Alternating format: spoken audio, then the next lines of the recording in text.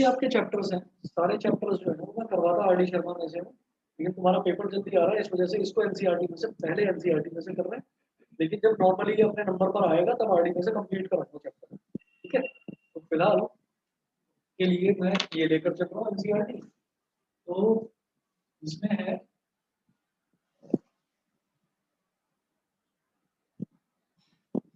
Introduction to trigonometry,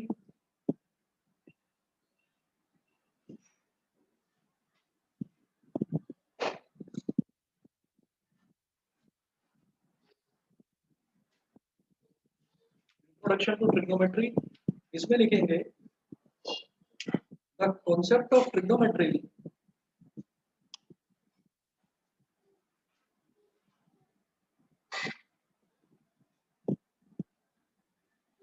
द concept of trigonometry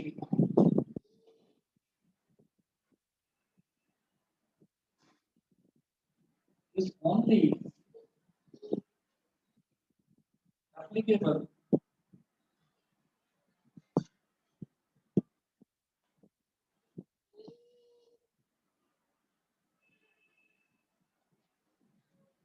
the concept of trigonometry is only applicable to right triangles। Trigonometry का concept जो है वो सिर्फ राइट ट्रायंगल्स में ही आप अप्लाई कर सकते हैं, बाकी कहीं अप्लाई नहीं है। ठीक है, किस तरीके से वो देखिएगा। जैसे मान लीजिए ये हमारे पास एक राइट ट्रायंगल है,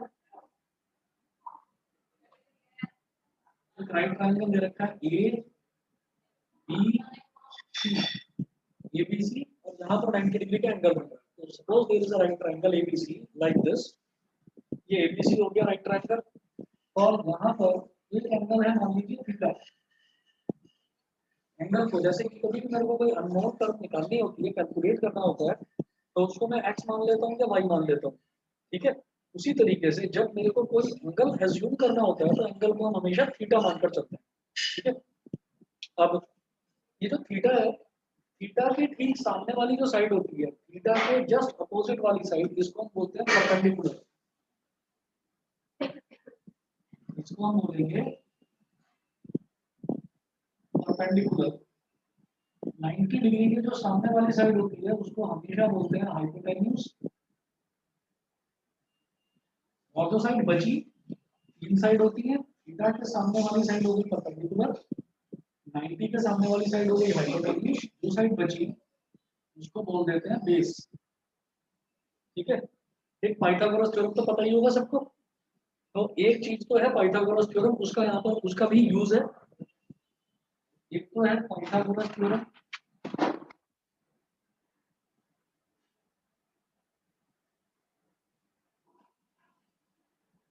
तो पाइथागोरस थ्योरम है।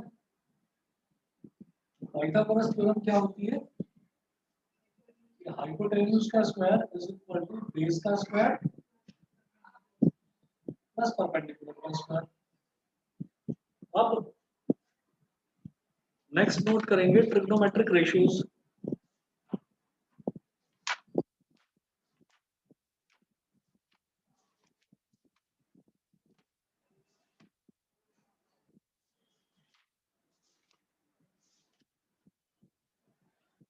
इसमें चैप्टर नंबर 8 है, इंट्रोडक्शन टू ट्रिग्नोमेट्री।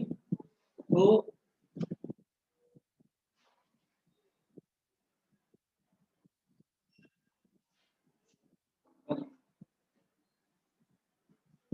अब आप ये देखेंगे कि इसमें जैसे x square is equal to b square plus t square, hypotenuse का square is equal to base का स्क्वायर प्लस परपेंडिकुलर का स्क्वायर, ये तो पाइथागोरस है, ये तो सबको पता है।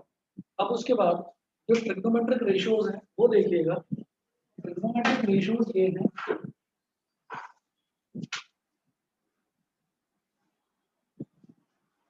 ट्रिग्नोमेट्रिक रेशियोज है हमारे पास। सबसे पहले लेंगे साइन थीटा।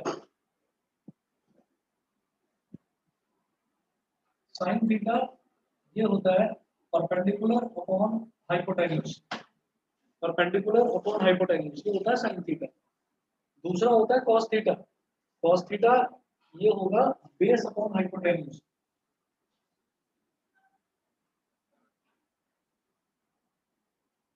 साइन थीटा हो गया perpendicular upon hypotenuse, cos theta हो गया base upon hypotenuse.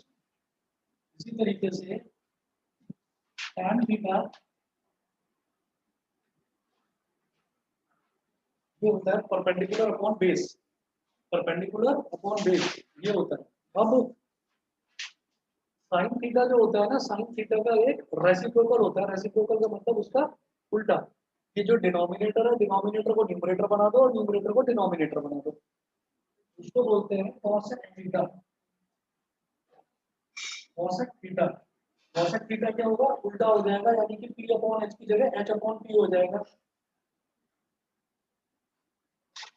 Cosec theta हो जाएगा h अपॉन p। सिमिलरली जो cos थीटा होता है इसका रेसिप्रोकल होता है sec थीटा। sec थीटा होता है h upon p। cosec theta हो गया h अपॉन p और sec theta h upon p।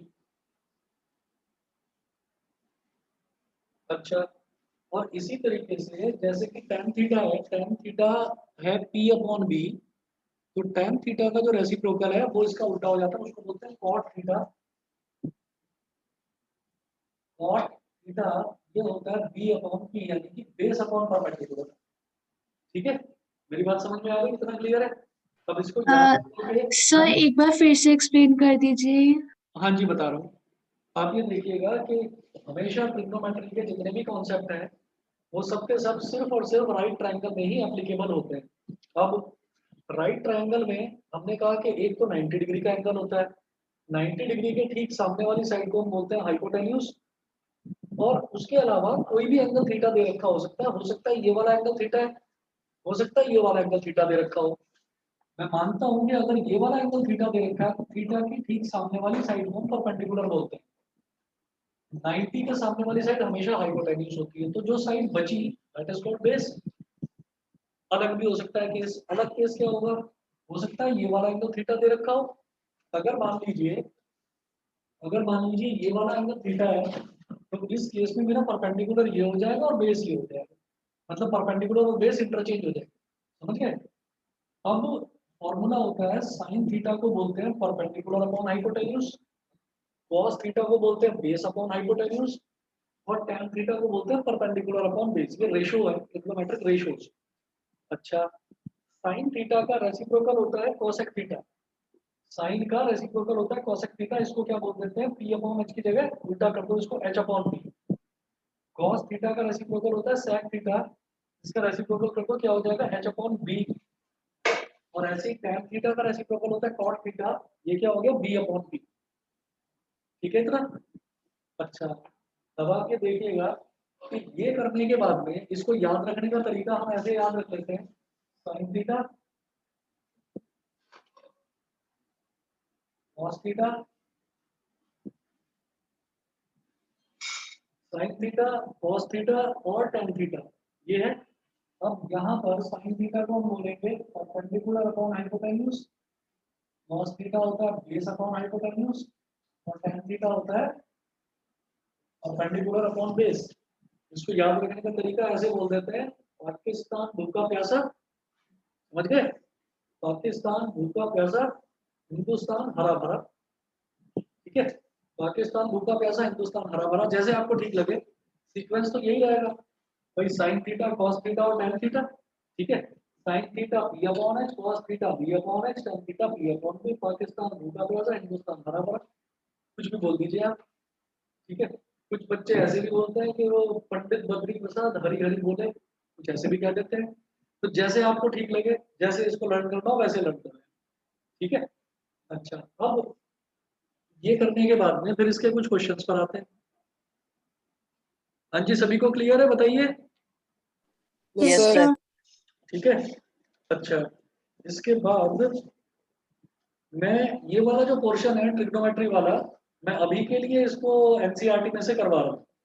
तो पेज नंबर 178 है, पेज नंबर 178 पर। अच्छा हाँ, एक चीज और आपको नोट करनी है कि जो tan थीटा होता है, tan थीटा का एक फॉर्मूला और होता है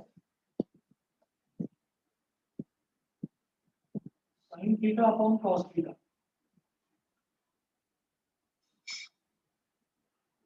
sin theta upon cos theta वो भी tan थीटा होता है, और इसको ना प्रूफ भी करा जा सकता है कैसे। देखो जैसे sin थीटा है, और नीचे है cos थीटा। तो sin थीटा की वैल्यू लिखिए, क्या है p upon h,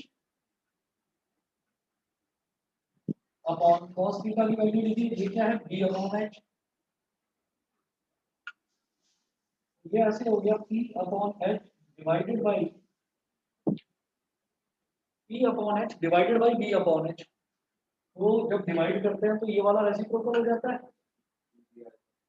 b upon h multiplied by h upon b। h से h कैंसिल आउट हो गया, ये आ गया मेरे पास p अपॉन b। और p अपॉन b क्या होता है, tan थीटा ही होता है। तो इस वजह से हम sin theta upon cos theta को tan थीटा बोल देते हैं। एक तो ये रूल है, एक रूल और है कि cot थीटा होता है उल्टा इसका, cos theta upon sin theta. मुझे लगता है ये तो बताने की जरूरत नहीं होगी, आप सीधा सीधा देखो कि अगर मैं cos theta upon sin theta को, जैसे मैंने sin theta upon cos theta को सॉल्व करा है, ऐसे ही अगर मैं cos theta upon sin theta को सॉल्व करूंगा तो इसका रेसिप्रोकल आएगा, यानी कि b अपॉन b आएगा। और b अपॉन b क्या होता है बेटा, cot थीटा होता है। समझ गए? नहीं, दोबारा बताता हूँ, ये तो समझ में आ गया, ये दोबारा बताता हूँ। देखिए, हमने ऐसे ही आपको बता दिया कि tan थीटा का एक फॉर्मूला ये भी होता है कि sin theta upon cos theta. अगर मान लो मुझे sin थीटा की वैल्यू पता है और cos थीटा की वैल्यू पता है, तो मुझे परपेंडिकुलर और बेस की वैल्यू की जरूरत नहीं पड़ेगी, मैं दोनों को सीधा सीधा डिवाइड कर दूंगा और डिवाइड करके मेरे पास जो वैल्यू आएगी वो tan थीटा की ही आएगी। ऐसा कैसे? तो आप देखो sin थीटा क्या होता है, p अपॉन h। तो sin थीटा की जगह रख दिया p upon h। Upon cos theta क्या होता है, b अपॉन h, ये कर दिया। अपॉन का मतलब क्या है बेटा, डिवाइड का साइन। तो p upon h divided by b upon h, ये हो गया। जब डिवाइड होता है तो बीच में मल्टीप्लाई का साइन लगा दो और b अपॉन h को पलट कर लिख दो h अपॉन b। h से h कैंसिल आउट हो गया, क्या बचा p अपॉन b। और p अपॉन b क्या होता है, tan थीटा। तो इस वजह से sin theta upon cos theta tan theta के इक्वल हो गया। अब उल्टा देखिए कि अगर मैं cos theta upon sin theta करूंगा तो यही चीज सॉल्व होकर b अपॉन p आ जाएगी, है ना। जब sin theta upon cos theta p upon b आ रहा है तो cos theta upon sin theta b upon p आएगा, उल्टा ही तो आएगा। और b अपॉन p क्या होता है, cot थीटा। तो इसलिए मैंने cot थीटा को cos theta upon sin theta बोल दिया। अभी तक हमने ये फॉर्मूले करे हैं, ये फॉर्मूले सबको क्लियर है, बताइए। क्लियर है बेटा, ऑनलाइन बताइए सभी को क्लियर है। Yes yes. ठीक है, चलो जी।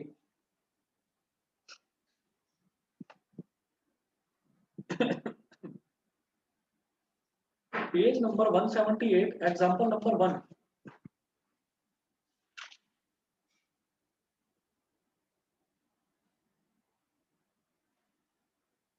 Page number 178, example number 1।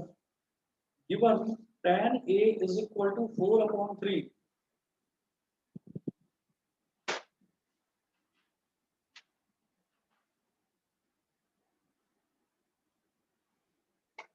Given tan a is equal to 4 upon 3, comma, find the other trigonometric ratios.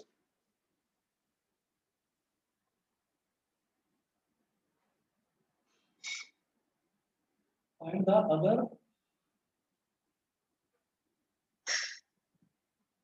other trigonometric ratios. Find the other trigonometric ratios of the angle A. Of the angle A.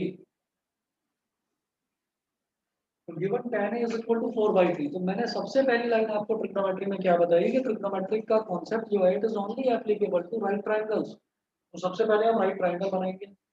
अभी आप ये देखिएगा कि दुनिया के 99% triangles जो हैं उनको हम क्या लेकर चलते हैं, ABC। ठीक है, जैसे यहाँ पर ले लिया ABC, इसी तरीके से मैं एक राइट ट्रायंगल बना लूंगा ABC।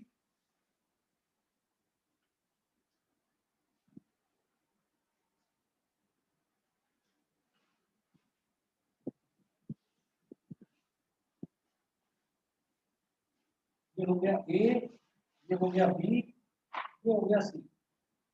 मुझे और किसी चीज से मतलब नहीं है, मुझे तो एंगल A से मतलब है, ये वाला। ठीक है, क्योंकि वो क्या बोल रहे हैं, अब देखो जैसे यहाँ पर एंगल C था, जैसे यहाँ पर एंगल C था, मैंने C को थीटा बोल दिया। है ना। मैं इसको सी को थीटा ना बोलता तो मैं सीधा सीधा बोल सकता था साइन सी, कॉस सी, टैन सी, ऐसे मैं बोल सकता था, है ना। अब आप ये देखिएगा, ऐसे ही यहाँ पर ये एंगल ए है, इसको मैं थीटा एक्स वाई कुछ भी ना लेकर मैं इसको सिर्फ टैन ए बोल रहा हूँ, सिर्फ ए बोल रहे हैं हम इसको, तो क्या होगा इस केस में, इस केस में आप ये देखो, ये जो ए है इसके सामने वाली साइड क्या हो जाएगी, परपेंडिकुलर। ठीक है, जो भी एंगल होता है एंगल के सामने वाली साइड परपेंडिकुलर होती है, और 90 डिग्री के सामने वाली साइड इस फिक्स्ड, इसको कहते हैं हाइपोटेन्यूज, इसको हाइपोटेन्यूज बोल देते हैं, और जो बचता है वो बेस होता है। तो बिल्कुल दिमाग में ये मत रखना कि जो बिल्कुल बॉटम में है उसको ही मैं बेस बोलूंगा, ऐसा नहीं है। जो एंगल दे रखा है एंगल के हिसाब से this is going to be decided. Angle अगर ए दे रखा है तो ए के ठीक सामने वाली साइड होगी परपेंडिकुलर, 90 के सामने वाली side is always hypotenuse, it is fixed. ठीक है, और जो बचा दैट इज कॉल्ड बेस। समझ गए। अब आप ये देखिएगा, इन्होंने दे रखा है tan a is equal to 4/3,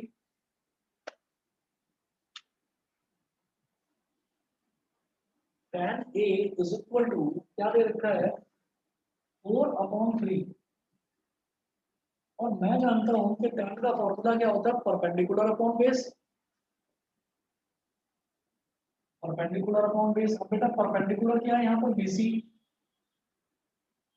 और बेस क्या है यहाँ पर AB। ठीक है, so it implies that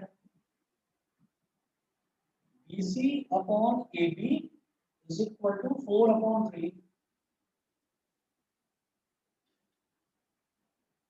BC upon AB is equal to 4/3। जब भी हमें कोई रेशो दे रखा होता है तो मैं हमेशा क्या करता हूँ कि रेशो को मैं किसी एक कॉमन टर्म से मल्टीप्लाई कर देता हूँ। ठीक है, अब आप ये देखिएगा कि कभी भी अगर आपने कोई क्वेश्चन ऐसा करा हो कि there is a father and there is a son, अगर ये दे रखा हो कि फादर और सन की एज का जो रेशो है वो मान लीजिए आपको ऐसा दे रखा हो कि 3x वो 3:1 ये दे रखा हो, तो आप क्या कहेंगे, let the age of father be 3x and let the age of son be 1x। जब भी कभी रेशो दे रखा होता है तो एक कॉमन मल्टीपल होता है, एक कॉमन नंबर होता है, उस कॉमन नंबर से मल्टीप्लाई कर देते हैं। सिमिलरली यहाँ पर भी तो रेशो दे रखा है, तो मैं क्या कहूंगा, समझिए, मैं क्या कहूंगा यहाँ पर, इधर मिटा रहा हूँ इसको,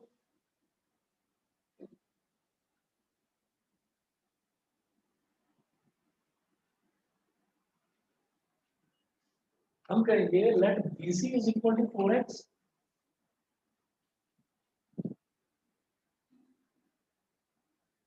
let BC is equal to 4x and AB is equal to 3x। बेटा ये जो BC है ये तो हो गया 4x, और ये जो AB है ये हो गया 3x। अब मुझे ना हाइपोटेन्यूज और निकालना है, तो हाइपोटेन्यूज निकालने के लिए मैं क्या करूंगा, पाइथागोरस थ्योरम, पाइथागोरस थ्योरम लगाएंगे, तो आप कहेंगे apply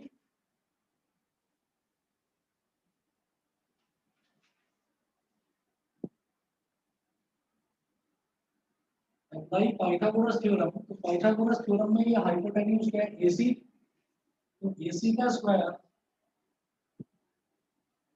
is equal to AB का स्क्वायर प्लस BC का स्क्वायर, तो AC का square is equal to AB कितना 3x, 3x का स्क्वायर, और BC कितना 4x, तो 4x का स्क्वायर। AC का square is equal to 9x square plus 16x square, BC का square is equal to 25x square. ठीक है, और जब ये दे दिया तो मैं दोनों तरफ स्क्वायर रूट कर लूंगा, तो स्क्वायर रूट बोथ साइड्स कितना हो गया 5x, square rooting both sides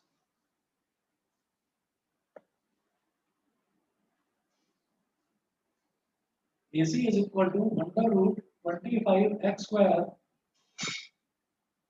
तो ये हो गया 5x। अब एक चीज, अब एक चीज शायद आप सभी लोगों को पता होगी कि जब भी मैं किसी परफेक्ट स्क्वायर का स्क्वायर रूट लेता हूँ तो हम ये कहते हैं कि उसकी वैल्यू प्लस और माइनस दोनों में आती है, है ना। अगर आपको मालूम होगा कि अगर मैं 9 का स्क्वायर रूट लूंगा तो वो +3 भी आता है और -3 भी आता है, इसलिए मैं उसको +-3 बोल देता हूँ। ठीक है, तो अब यहाँ पर +-5x क्यों नहीं ले रहे? उसका रीजन है क्योंकि यहाँ पर मैं क्या निकाल रहा हूँ, AC निकाल रहा हूँ, और AC is a length and length can't be negative. Length कभी भी नेगेटिव नहीं हो सकती, इस वजह से मैं केवल पॉजिटिव ले रहा हूँ 5x। समझ गए? चलिए, अब मेरे पास AC की वैल्यू आ गई। अब वो इन्होंने क्या बोला है, find the other trigonometric ratios of the angle A। तो बाकी के जो ट्रिग्नोमेट्रिक रेशियोज है वो फटाफट निकालते हैं। सबसे पहले लिखेंगे बेटा sine A. Sine A is equal to perpendicular upon hypotenuse. What is my perpendicular? BC और हाइपोटेन्यूज क्या है? AC। तो BC अपॉन AC। ठीक है, उसके बाद अगला लिखेंगे कॉस ए। कॉस ए क्या होता है? Base upon hypotenuse. तो what is my base? Base क्या है? AB और हाइपोटेन्यूज क्या है? AC। तो AB अपॉन AC। वैल्यू डालो। BC कितना था? BC था 4x और AC 5x। x से x कैंसिल आउट, ये हो गया 4/5। फिर AB अपॉन AC, तो AB कितना था? 3x और AC कितना? 5x। x से x कट गया तो ये हो गया 3/5।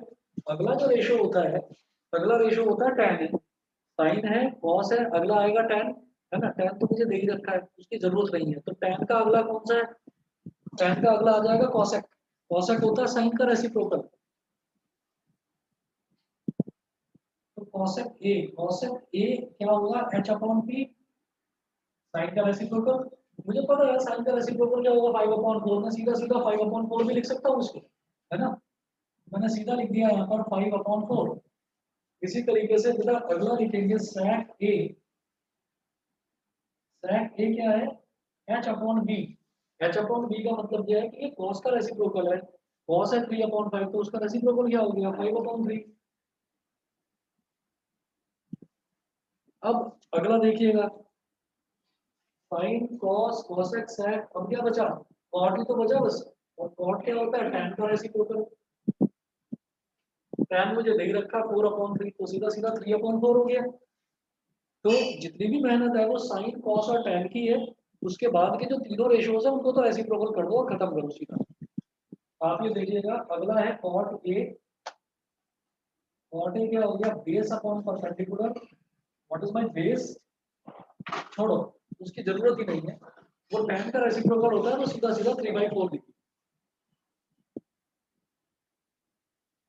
समझ गए? पहला एग्जांपल क्लियर है? हाँ, ठीक है। हाँ, AC तक तो समझ गए होंगे, है ना। AC होने के बाद साइन ए निकालना है। तो साइन ए क्या होगा? Perpendicular upon hypotenuse. परपेंडिकुलर क्या है? BC और हाइपोटेन्यूज क्या है? AC। BC अपॉन AC कितना हो गया? BC की वैल्यू 4x, AC की वैल्यू 5x। बस वैल्यू डालिए, x से x का क्या 4/5। बस ये करना है, कुछ नहीं। और आगे देखिएगा कि क्योंकि ये रेशो है, रेशो की कभी कोई यूनिट नहीं होती, तो ट्रिग्नोमेट्रिक रेशो की कोई यूनिट नहीं होती। जैसे एरिया की होती है ना मीटर स्क्वायर, लेंथ की मीटर होती है ना। इस तरीके से यहाँ इसकी कोई यूनिट नहीं होती। ट्रिग्नोमेट्रिक रेशोज है, रेशोज आर ऑलवेज यूनिटलेस, कोई यूनिट नहीं है। ठीक है, अब देखिएगा, इतना समझ में आ रहा है? Yes sir. ठीक है जी। अब इसके बाद जो एग्जांपल नंबर 2 है, एग्जांपल नंबर 2 सिलेबस में से 2 साल पहले ही कट गया था कि अगर दो कोई ट्रायंगल्स हैं और उनके ट्रिग्नोमेट्रिक रेशियोज इक्वल दे रखे हैं तो वो ट्रायंगल सिमिलर है। तो वो सिलेबस में से कट चुका है। ठीक है, वैसे भी इसके जैसी एक थोड़ी सी चीज जो है वो हम ट्रायंगल्स में करेंगे। जैसे आपने 9th क्लास में एक चैप्टर पढ़ा था ट्रायंगल्स, उसमें हम ये प्रूव करते थे कि दो ट्रायंगल्स कॉन्ग्रुएंट होते हैं। यहाँ पर आप क्या प्रूव करेंगे कि ट्रायंगल्स जो है वो सिमिलर होते हैं। तो कॉन्ग्रुएंसी में और सिमिलैरिटी में अंतर है, वो करेंगे जब ट्रायंगल्स करना होगा। आप एग्जांपल नंबर 2 को काट दो, सिलेबस में से हट चुका है। ठीक है, एक क्वेश्चन और है जो एक्सरसाइज में, वो भी कटवाऊंगा, सिलेबस में से वो भी हट चुका है। एनसीईआरटी क्योंकि अपडेट नहीं हुई है पिछले कई साल से, तो जो चीज मैं कहूंगा कि ये कट चुकी है उसको हटाना। अगला देखें example number 3।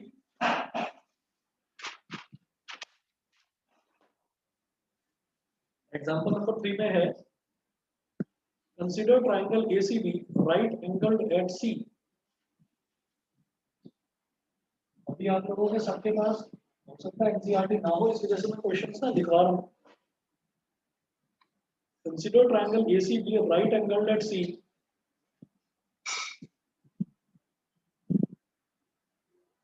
Triangle ACB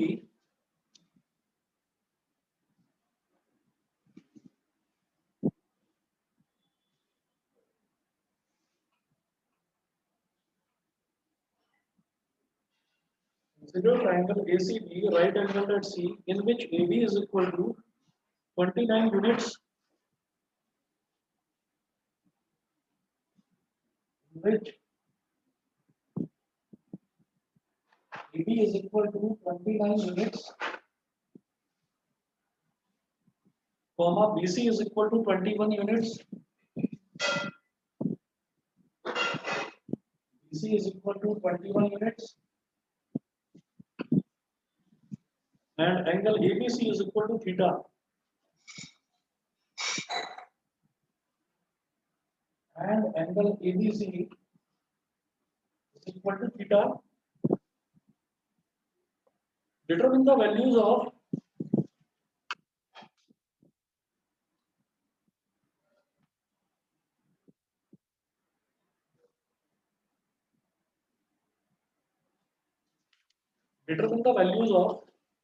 first part है cos square theta plus sin square theta.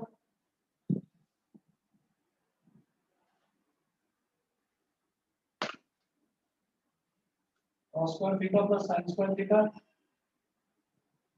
और सेकंड पार्ट है cos square theta. First part है cos square theta plus sin square theta. Second part है cos square theta minus sin square theta. ये calculate करना है और figure इसमें दे रखी है, इस क्वेश्चन में फिगर दे रखी है। फिगर ऐसे है,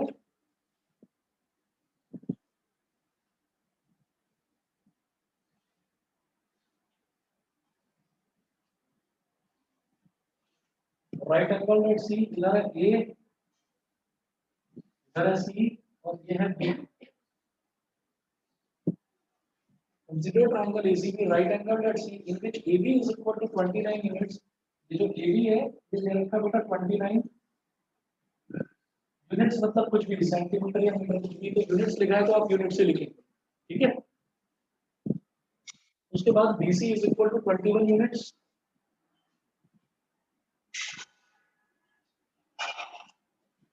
and angle ABC ये दे रखा है थीटा। ये थीटा हो गया, मुझे वैल्यू निकालनी है cos square theta plus sin square theta की। अब यहाँ पर एक चीज और आपको बताता हूँ, पहले ये मिटा रहा हूँ इधर से।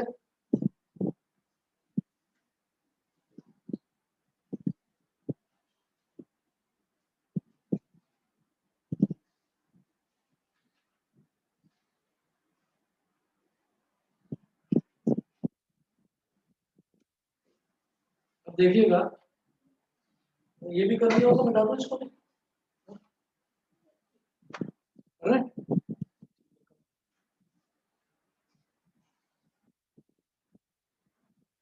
अब आप ये देखो कि जैसे ये जो थीटा दे रखा है, जब ये वाला एंगल मुझे मेंशन्ड है तो इस एंगल के सामने वाली साइड जो है it is going to be perpendicular. ये तो हमारा परपेंडिकुलर हो गया। 90 डिग्री के सामने वाली साइड होती है हाइपोटेन्यूज, या हाइपोटेन्यूज हो गया, और जो साइड बचती है वो होती है बेस, तो ये बेस हो गया। परपेंडिकुलर, हाइपोटेन्यूज और बेस हमारे पास ये तीनों वैल्यूज आ चुकी है। अब आप ये देखिएगा पाइथागोरस थ्योरम,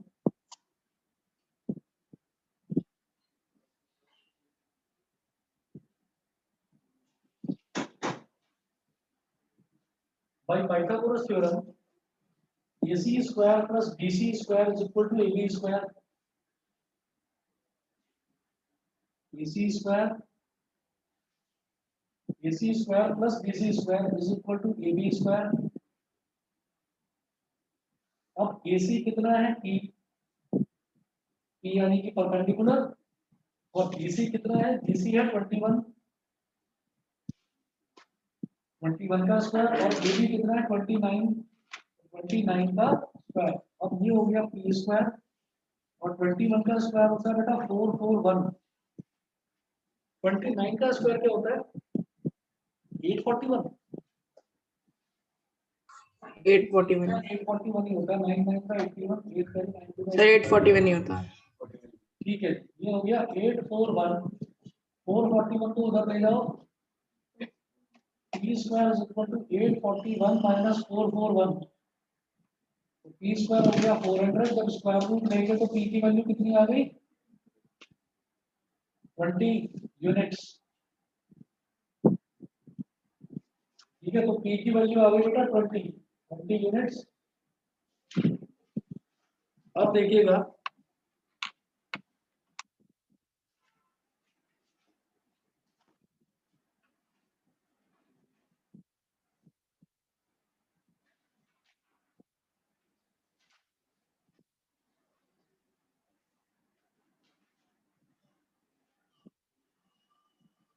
अब आप ये देखिएगा p की वैल्यू मेरे पास 20 यूनिट्स आ गई, वो पूछ रहे हैं cos square theta plus sin square theta निकालना है। तो जब भी कभी हम स्क्वायर करते हैं ना किसी भी ट्रिग्नोमेट्रिक रेशियो का, जब हम स्क्वायर करते हैं तो जैसे मान लो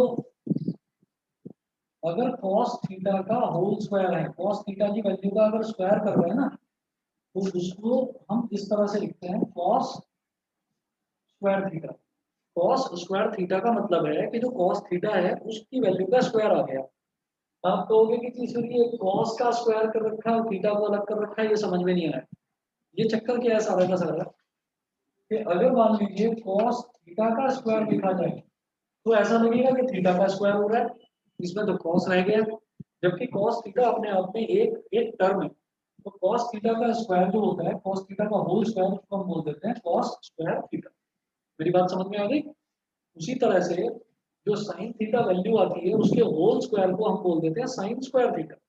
ठीक है, तो अब आप ये देखिएगा कि मुझे cos थीटा चाहिए, मुझे sin थीटा चाहिए, और फिर उनका होल स्क्वायर करके मैं उसको ऐड कर दूंगा और फिर देखेंगे कि वैल्यू क्या आ रही है उसकी। मैं इधर कर रहा हूँ इसको, कर दिया।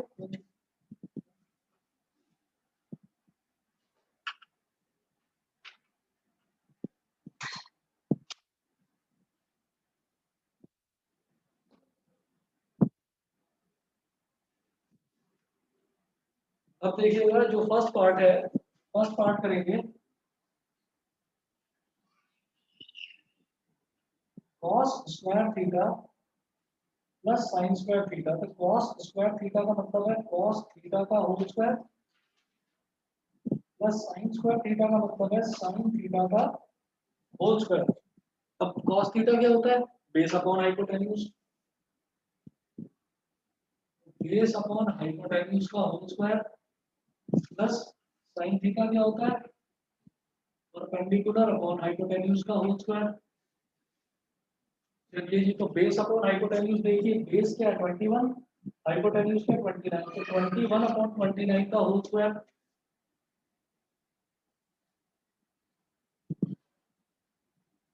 प्लस परपेंडिकुलर क्या है 20 और हाइपोटेन्यूज 29, तो 20 अपॉन 29 का होल स्क्वायर। बेटा 21 का होल स्क्वायर क्या हो गया 441 और 29 का होल स्क्वायर क्या हो गया 841। 20 का होल स्क्वायर क्या हो गया 400 और 29 का होल स्क्वायर क्या हो गया 841। जब डिनोमिनेटर सेम होता है तो एलसीएम लेने की जरूरत नहीं पड़ती।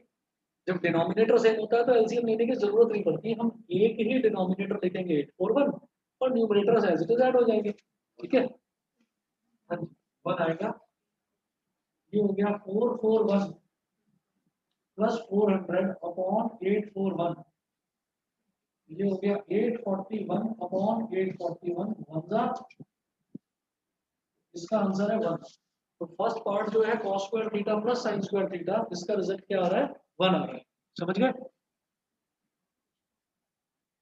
बताइए बेटा, ऑनलाइन वाले बच्चों को क्लियर है सभी को। Yes sir. Yes, sir. Yes, sir. ठीक है, क्षितिज, अक्षत, Yes, sir. गरिमा, Clear है। Yes, Yes, sir. ठीक है, इंदर समझ गए, yes sir. Nyasa, Yes, sir. Yug, yes sir. ठीक है जी। अब सेकंड पार्ट देखते हैं। सेकंड पार्ट में cos square theta minus sin square theta, कौन सा वाला, ये वाला, ये कैसे है, आप ये देखो ये परपेंडिकुलर का स्क्वायर प्लस बेस का square is equal to hypotenuse का स्क्वायर होता है। तो परपेंडिकुलर तो हमारा क्या हो गया AC, जो थीटा के सामने वाली साइड है वो परपेंडिकुलर है, ठीक है। 90 के सामने वाली साइड हाइपोटेन्यूज है, जो साइड बची वो बेस है। तो परपेंडिकुलर का स्क्वायर प्लस BC कितना है 21, ये BC 21 दे रखा है और AC दे रखा है 29। तो 21 का स्क्वायर होता है 441, 29 का स्क्वायर होता है 841, ठीक। 441 को इधर ले गए, 841 माइनस 441 कितना हो गया 400, 400 का स्क्वायर रूट क्या हो गया 20 और p स्क्वायर का स्क्वायर रूट हो गया p, स्क्वायर रूटिंग किया है, ठीक है। उसके बाद ये तो समझ में आ गया, वो वैल्यूज डाली है इसमें।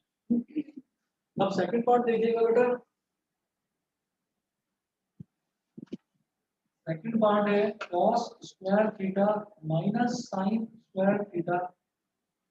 तो cos स्क्वायर थीटा का मतलब क्या हो गया cos थीटा का whole square minus sin square theta का मतलब क्या हो गया sin थीटा का होल स्क्वायर। अब cos थीटा क्या होता है बेस अपॉन हाइपोटेन्यूज का होल स्क्वायर, sin थीटा क्या होता है परपेंडिकुलर अपॉन हाइपोटेन्यूज का होल स्क्वायर।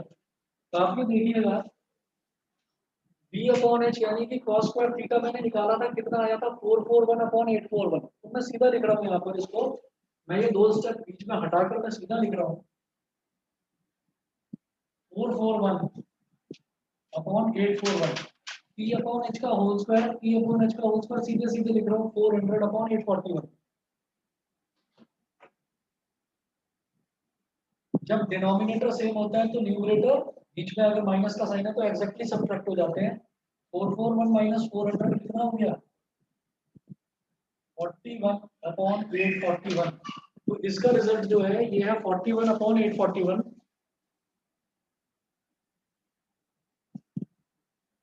दिखाई दे रहा है बेटा सभी को 41 अपॉन Yes, sir. 841, ठीक है। ये एग्जांपल नंबर 3 था। फिर एग्जांपल नंबर 4 देखिएगा,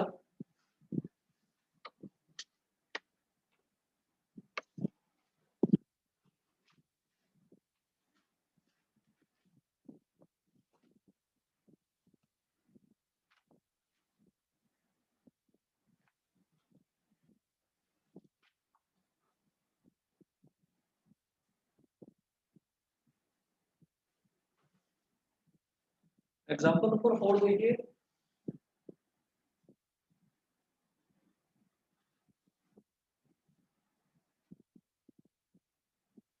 In a right triangle ABC, right angled at B,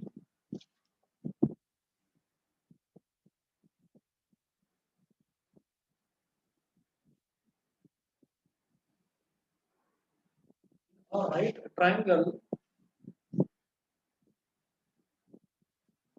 in a right triangle ABC,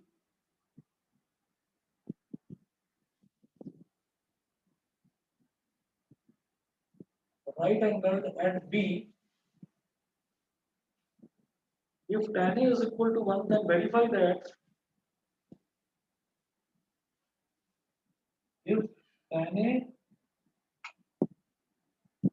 is equal to 1, then verify that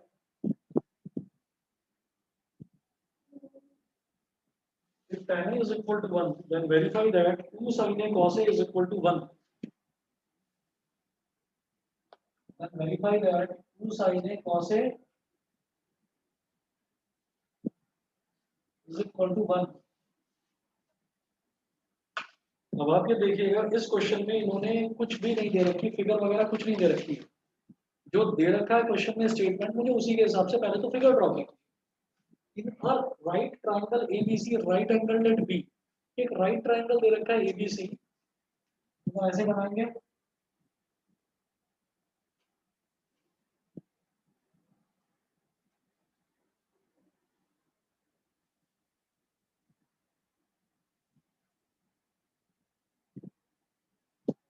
A B सी। तो राइट ट्रायंगल एबीसी दे रखा है which is right angle at B, मतलब यहाँ पर एक right angle बनेगा B पर, ठीक है 90 डिग्री। और if tan A is equal to 1, यानी कि angle is going to be A, ये वाला हमारा एंगल है, तो एंगल के सामने वाली साइड क्या होती है? परपेंडिकुलर। 90 डिग्री के सामने वाली साइड क्या होती है? हाइपोटेन्यूज। और जो बचा वो होता है बेस। परपेंडिकुलर, हाइपोटेन्यूज और बेस, ये हो गया। अब आप ये देखिएगा, इस क्वेश्चन में मुझे दे रखा है tan a is equal to 1। ठीक है, क्या करेंगे? Given tan a is equal to 1। अब मैं ये जानता हूँ भाई, tan जो होता है, या tan हो, साइन हो या cos हो, ये तो रेशो होता है। तो यहाँ तो 1 दे रखा है, 1 को क्या लिखा जा सकता है? 1/1 है ना, 1:1 ये लिखा जा सकता है। तो ये हो गया 1/1। अब इसका 1/1 होने का मतलब क्या है? tan a क्या है? Perpendicular upon base. ये होता है परपेंडिकुलर अपॉन बेस। परपेंडिकुलर क्या? BC, और बेस क्या है? AB। BC upon AB। ठीक है,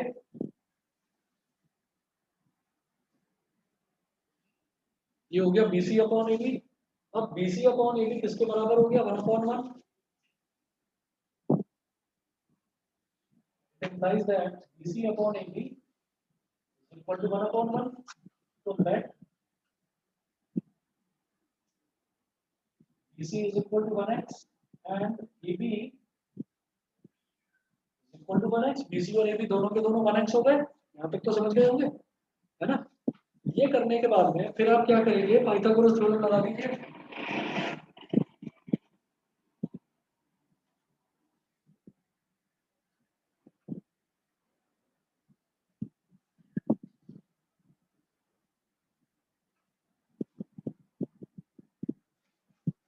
नोट करेंगे, by Pythagoras theorem AC square is equal to AB square plus BC square. AC square, AC मतलब क्या हमारा? हाइपोटेन्यूज, तो लिखो हाइपोटेन्यूज का square is equal to AB क्या है? 1x, तो 1x का स्क्वायर। BC क्या है? ये भी 1x, तो 1x का स्क्वायर। ये हो गया x स्क्वायर, और ये भी x स्क्वायर। तो h square is equal to हो गया 2x square. h square is equal to 2x square हो गया। अब अगर दोनों तरफ स्क्वायर रूट लेंगे,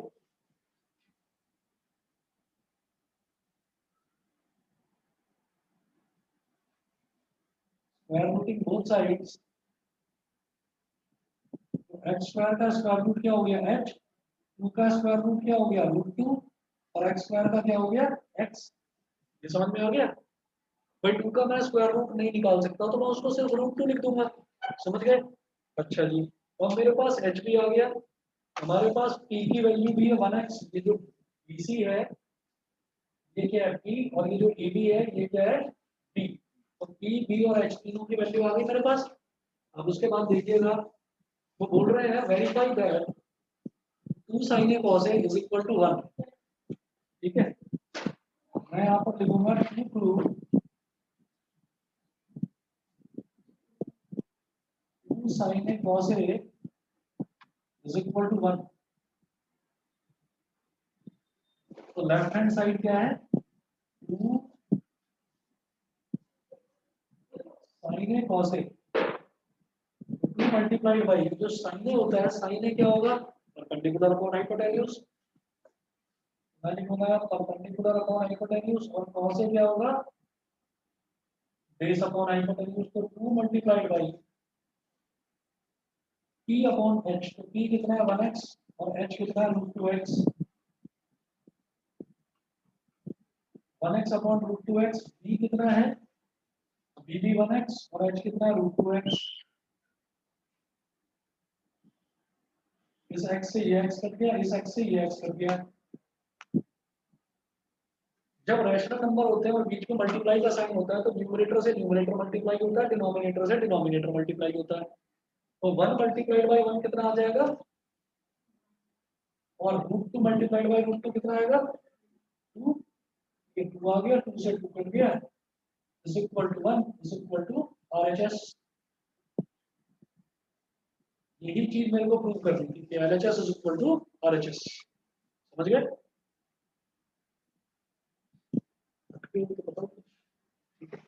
बताइए तो क्लियर है? कौन सा ये वाला? प्रूफ के आगे क्योंकि इन्होंने बोला था कि हमें वेरीफाई करना है 2 into sine A cos A is equal to 1। ये वेरीफाई करना है तो लेफ्ट हैंड साइड लेकर चलूंगा तो वो हो गए 2 sine A cos A. 2 multiplied by sine A क्या होता है परपेंडिकुलर अपॉन हाइपोटेन्यूज। परपेंडिकुलर निकाल चुका हूँ 1x, हाइपोटेन्यूज निकाल चुका हूँ √2x। p की जगह रख दिया 1x, h की जगह रख दिया √2x, x से x कट गया। ठीक है, फिर आ गया b upon h। cos a होता है बेस अपॉन हाइपोटेन्यूज, तो b कितना है? b भी 1x है और h है √2x। 1x upon √2x, x से x कट गया, 1 इंटू 1 हो गया 1, √2 इंटू √2 हो गया 2।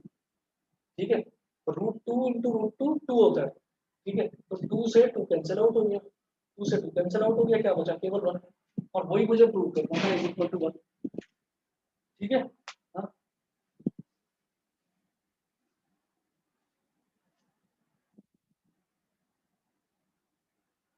एग्जाम्पल नंबर 5 देखिएगा बेटा, ऑनलाइन वाले बच्चों को क्लियर है सभी को?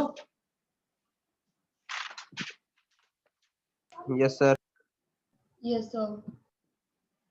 ठीक है जी, एग्जाम्पल नंबर 5 देखिएगा, इधर कर रहा हूँ इसको।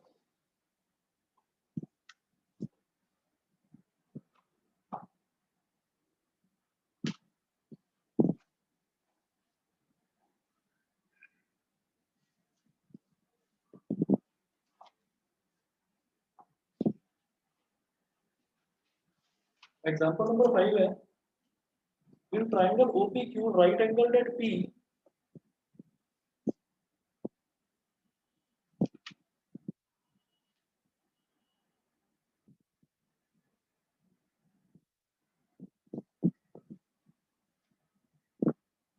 triangle OPQ right angle at P, comma OP is equal to 7 centimeter,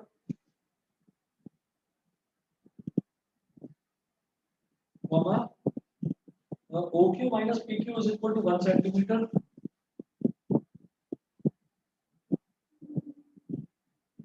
OQ minus PQ is equal to 1 centimeter। See figure दे रखी है बेटा, इस क्वेश्चन में फिगर दे रखी है। Determine the values of sine Q and cos Q.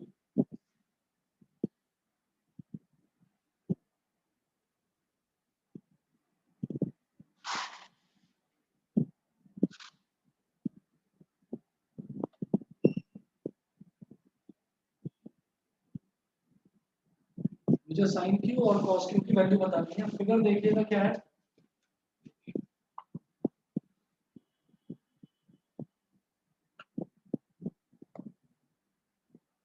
तो ओ पी क्यू इधर है, ओ इधर है पी और इधर है क्यू। ओ पी क्यू तो ये 90 डिग्री वाला एंगल है और इन्होंने दे रखा है बेटा ओपी की लेंथ दे रखी है 7 सेंटीमीटर और ओक्यू माइनस पी क्यू दे रखा है 1 सेंटीमीटर।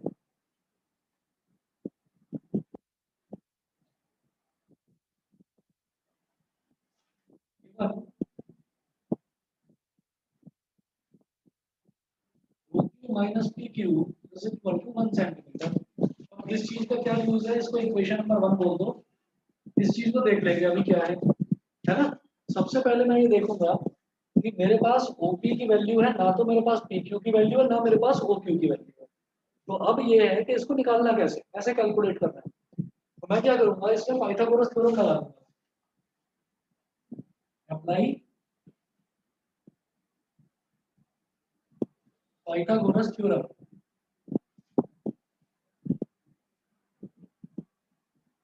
अप्लाई पाइथागोरस थ्योरम तो क्या है, OP square plus PQ square,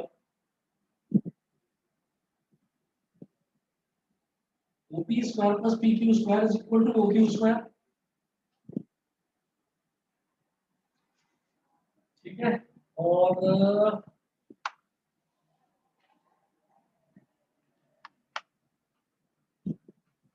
अब OP की वैल्यू तो दे रखी है 7, तो 7 का स्क्वायर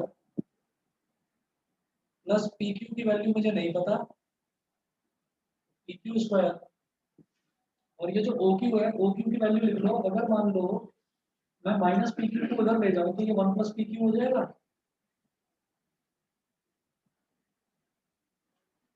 और पी क्यू को बोल दीजिए आप एक्स। मेरी बात इतनी समझ में आ गई? बस आप ये बता दीजिए कि जब O Q minus P Q 1 दे रखा है तो ओ क्यू क्या होगा, ये जो माइनस पी क्यू है इसको इस तरफ ले जाएंगे तो 1 प्लस पी क्यू हो जाएगा। तो मैंने ओ क्यू की जगह 1 प्लस पी क्यू डाल दिया। ठीक है, अब आप ये देखिएगा कि बार बार पी क्यू लिखने से ज्यादा अच्छा है कि आप पी क्यू को एक्स मान लो। मैंने पी क्यू को एक्स मान लिया, तो 7 का स्क्वायर क्या हो गया 49, पी क्यू की वैल्यू एक्स है तो एक्स स्क्वायर, और ये हो गया 1 प्लस एक्स का होल स्क्वायर। ठीक है, अब इसको आगे कर रहा हूँ उस तरफ सॉल्व।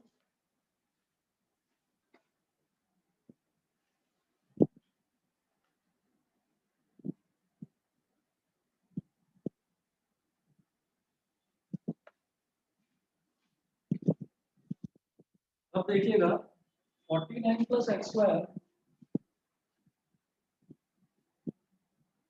और इधर है 1 प्लस एक्स का होल स्क्वायर, तो इसको हम स्क्वायर इसका आइडेंटिटी लगा देंगे ए प्लस बी का होल स्क्वायर वाली।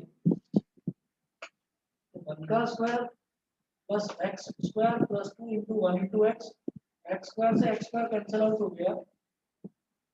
49 is equal to 1 plus 2x, 1 को इधर ले आओ, 49 minus 1 is equal to 2x, मतलब 2x इज इक्वल टू 48। तो x की वैल्यू कितनी आ गई,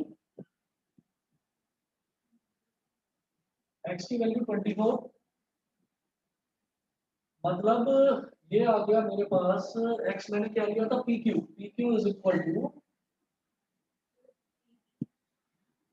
pq तो लिया था मैंने x, तो pq की वैल्यू आ गई 24 सेंटीमीटर। और oq क्या होगा 1 प्लस पी क्यू, यानी कि 1 प्लस 24 मतलब 25 हो गया। OQ इज इक्वल टू हो गया 1 plus P Q, OQ is equal to 1 plus 24, मतलब ये हो गया 25 का 25 सेंटीमीटर। ठीक है, अब उसके बाद देखो क्वेश्चन में मैंने बोला गया है determine the values of sine Q and cos Q. ठीक है, तो अब सबसे पहले देखेंगे साइन क्यू। बेटा साइन क्यू होता है परपेंडिकुलर अपॉन हाइपोटेन्यूज। तो अब आप सीधे सीधे समझिए, अपने क्वेश्चंस करनी है, काफी सारा आइडिया हो गया होगा। तो अब आप सीधा देखो, जब साइन क्यू की बात करी जा रही है ना, तो देखो 90 डिग्री के सामने वाली साइड तो हाइपोटेन्यूज फिक्स होती है, उसमें तो कुछ पूछना ही नहीं है। लेकिन जब साइन क्यू कहा जा रहा है तो परपेंडिकुलर कौन सा हो गया, क्यू के सामने वाला। तो मैं लिखूंगा OP upon OQ, OP upon OQ. मुझे लगता है ये चीज क्लियर हो गई होगी आपको, है ना? कि जब क्यू की बात करी जा रही है तो फिर ये हमारा हो जाएगा,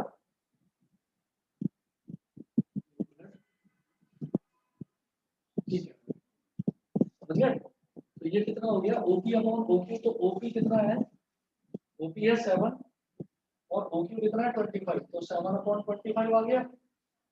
अब उसी तरीके से देखिएगा कॉस क्यू को, बेस अपॉन हाइपोटेन्यूज। तो क्यू के सामने वाली साइड इज कॉल्ड परपेंडिकुलर, 90 के सामने वाली हाइपोटेन्यूज जो बचा हो बेस, तो बेस अपॉन हाइपोटेन्यूज क्या हो गया P Q upon O Q. और पी क्यू कितना आया था 24 और ओ क्यू कितना आया 25, ये हो गया 24 अपॉन 25। एक्सरसाइज 8.1 का क्वेश्चन नंबर 6 स्टार्ट देना, ये सिलेबस में से हट गया। Exercise 8.1 question number 6 not in syllabus.